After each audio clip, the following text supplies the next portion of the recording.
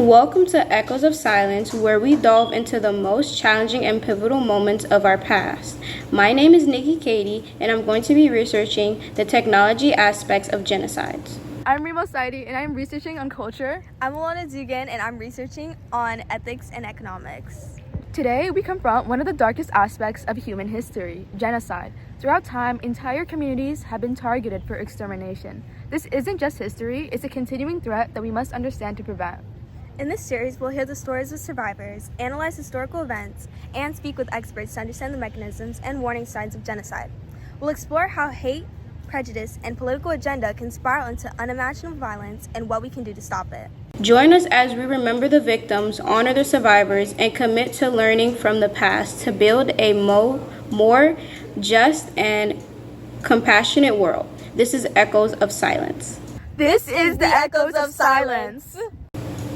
Hi guys, welcome back to the next episode. My name is Nikki, and we'll explore the intersection of technology and genocides. Now, in recent years, technology has been both a tool for fighting and documenting genocides. Take, for example, the genocide against the Yazidi minority in Iraq. According to the researcher Liz, ISIS militant exploited social media platforms to recruit fighters and spread propaganda inciting violence against the Yazidis. Additionally, digital communication tools were used to coordinate attacks and monitor the movement of targeted populations, amping the severity of genocides. Now, weaponization of social media to inform violence is very alarming and should be looked at more closely. Now, looking into another country that has technology involved in its genocide would be Syria. According to Dr. Gomez, in Syria, digital technologies, including smartphones and social media has enabled civilians and journalists to document human rights abuse in real time. Citizen journalists have risked their lives to capture and share evidence of atrocities, providing invaluable documentation of the Syrian government's brutal crackdown on dissent. Now, the role of citizen journalists in exposing atrocities cannot be overstated nor overlooked. They have used technology to help spread the word around which can be seen as a factor to cause more violence, but in the end, a result of someone doing good trying to support the stop of genocide. Dr. Gomez also states that digital platforms can be utilized for educational and advocacy, promoting tolerance and countering hate speech. Additionally, social media companies must take responsibility for monitoring and removing content that incites violence or spread misinformation. Now, another country would be Rwandan. According to Dr. Seria, racial broadcasts were used to disseminate hate propaganda, fueling ethnic tension and inciting violence against the Tutsi population. The widespread use of radio allows extreme ideologies to spread rapidly, contributing to the escalation of violence. Now, it's chilling to see how technology can be weaponized in such a manner.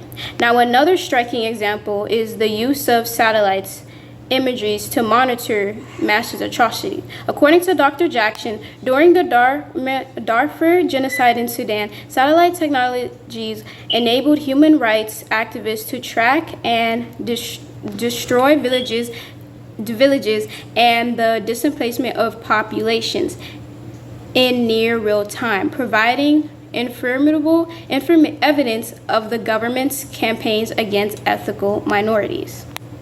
Now, it's remarkable to see how technology can serve as a tool for accountability in the face of atrocities. Now, thank you guys for listening to this valuable insight into the role of technology in genocides. It's clear that while technology poses risks, it also holds a huge potential for mitigating and preventing such atrocities. Join us next time as we continue to explore pressing global issues. Until then, stay informed and stay engaged. Genocide not only devastates population, but also inflicts profound economic destruction. In this episode, we'll explore how genocide has economically impacted four nations: Rwanda, Bosnia, Cambodia, and Sudan.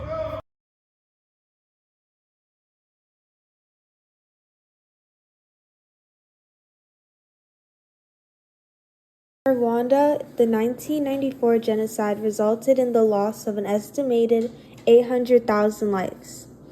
The economic repercussions were severe, with infrastructure destroyed, agricultural production halted, and a massive loss of human capital. The genocide crippled Rwanda's economy. Rebuilding required significant international aid and investment, but the scars on the economic landscape remained evident.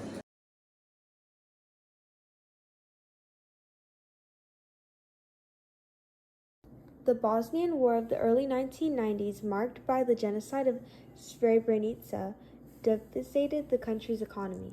Industrial output plummeted, unemployment soared, and the destruction of property was extensive. Bosnia's economic recovery has been slow. The war and genocide led to a fragmented economy with significant portions of the population displaced and industries ruined.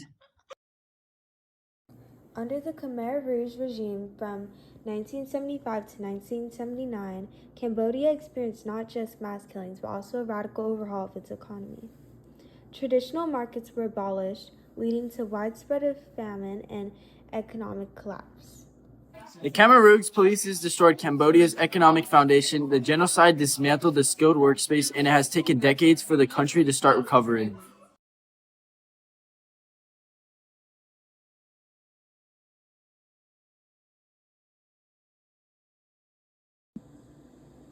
In Sudan, the genocide in Darfur from 2003 onward has led to immense economic damage.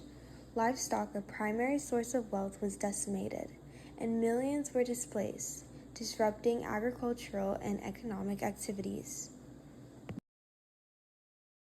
The conflict in Darfur has left a lasting economic impact, with vast areas still struggling to return to pre-genocide productivity levels.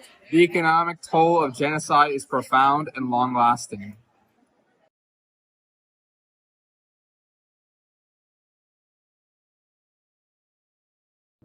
The economic impact of genocide extends far beyond the immediate loss of life.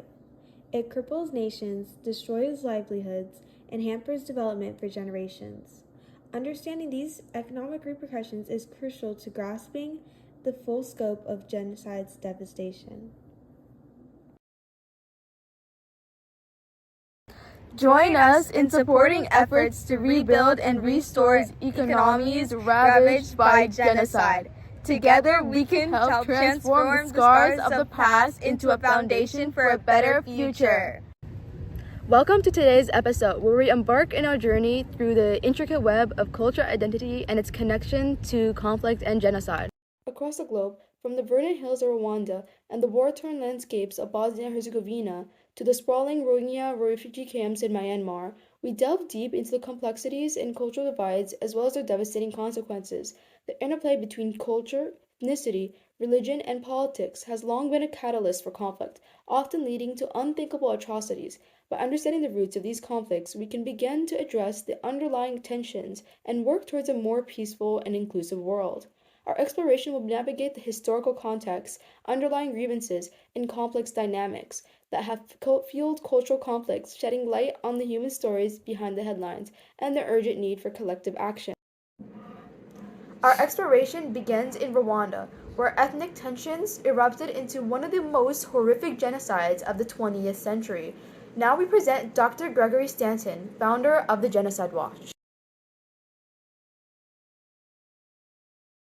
In Rwanda, some people had a plan to hurt others called the Tutsis. They made everyone angry at each other because of where they were born. This made many people very sad and hurt. Dr. Stanton sheds a light on the calculated nature of Rwandan genocide, highlighting how ethnicity was weaponized to justify mass slaughter. His insights underscore the importance of recognizing and addressing the manipulation of cultural identity in conflict. By examining the broader context, we can understand or gain a depth understanding of the systematic challenges and structural inequalities that must be addressed to prevent future violence. Moving to Europe, we examine the tragic events that unfolded in Bosnia-Herzegovina during the breakup of Yugoslavia. Hello, this is Sam Power, a former United Nations member. Bosnia witnessed the horror of the ethnic cleansings and genocides as deep-seated divisions were exploited by political leaders for their own gain. Professor Power's analysis illuminates the role of political opportunism in exacerbating cultural divisions, leading to widespread violence and suffering. Her insights highlight the need for international intervention to prevent such atrocities. Beyond the immediate human tragedy, Professor Power's expertise offers a critical perspective on the failure of international institutions to effectively intervene in conflicts fueled by cultural identity. By examining the lessons learned from Bosnia Herzegovina, we can begin to identify strategies for promoting peace and reconciliation in other regions affected by similar challenges. Our journey continues into Myanmar, where Rohingya minorities has faced persecution and violence for decades. Hello, my name is Dr. Sen, and the Rohingya crisis is a stark reminder of the consequence of cultural discrimination. Denial of identity and citizenship has led to a systemic violence and displacement, creating a human catastrophe. Thank you, Amartya Sen. Amartya Sen's reflections on the Rohingya crisis underscore the urgency of addressing cultural discrimination and upholding the rights of marginalized communities.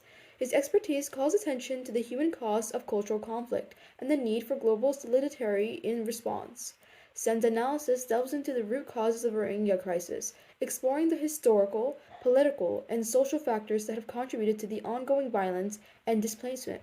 By examining the broader implications of the cultural conflict in Myanmar, we can identify opportunities for international cooperation and intervention to address the underlying structural inequalities and promote sustainable peace.